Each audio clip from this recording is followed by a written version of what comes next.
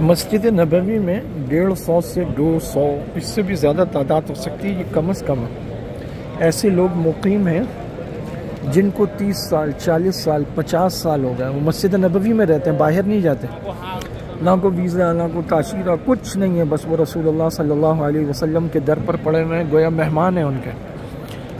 اور اکثریت وہ ہے جن کی تکبیر تحریمہ نہیں چھوٹی، کبھی چھوٹی ہو تو چھوٹی ہو، وہ گویا بھول گئے ان کا ملک کون سا ہے، کہاں سے آئے ہیں، یہیں رہتے ہیں وہ۔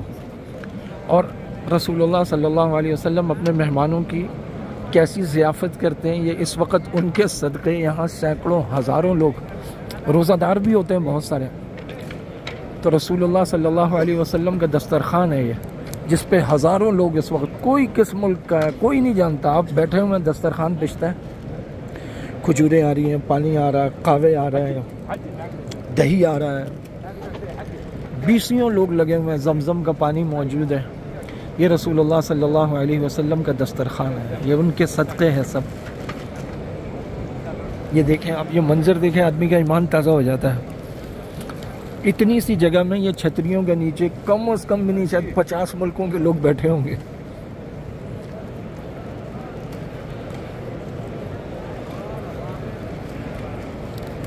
دسترخوان لگا ہوا ہے، سارے لوگ کھا رہے ہیں، یہ گنبد خضرا کا سہانا منظر ہے۔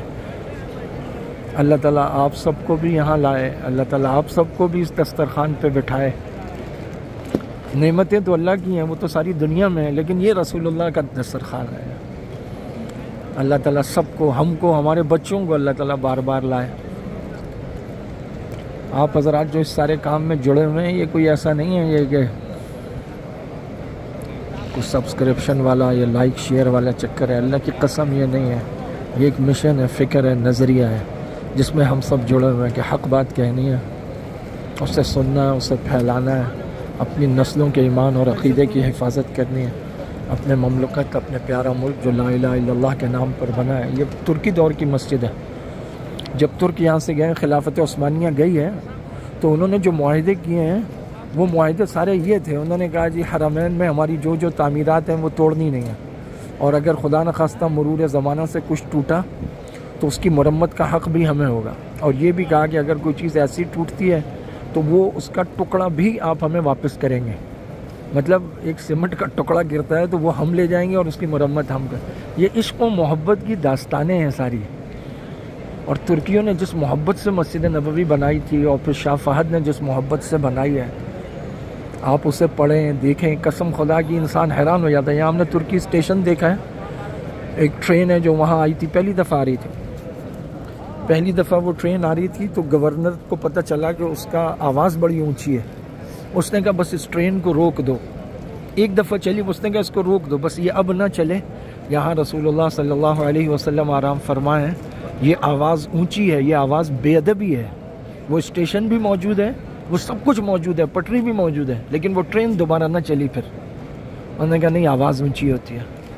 آپ صلی اللہ علیہ وسلم کے روضہ اطہر پر جو آیت لکھی ہے، اوپر سرنامہ جو لکھا ہے وہ قرآن کریم کی آیت ہے، یا ایھا الذین آمنوا لا ترفعوا اصواتکم فوق صوت النبی، اے ایمان والو اپنی آوازیں نبی کی آوازوں پر اونچی نہ کرو۔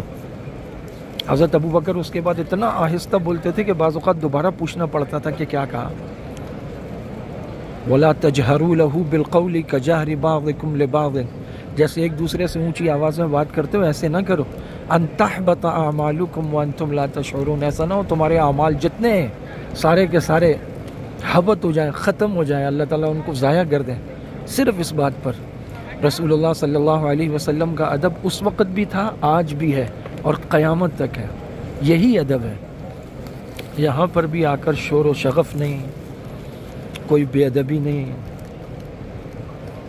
یہ کس کا دربار ہے؟ اللہ کی قسم، لائنیں لگتی ہیں، سینکڑوں ہزاروں لوگ گردنیں جھکائے، ہاتھ باندھے ہوئے ایسے گزرتے ہیں سامنے سے، آنکھوں میں آنسو ہوتے ہیں، بڑا منظر ہے اللہ کی قسم۔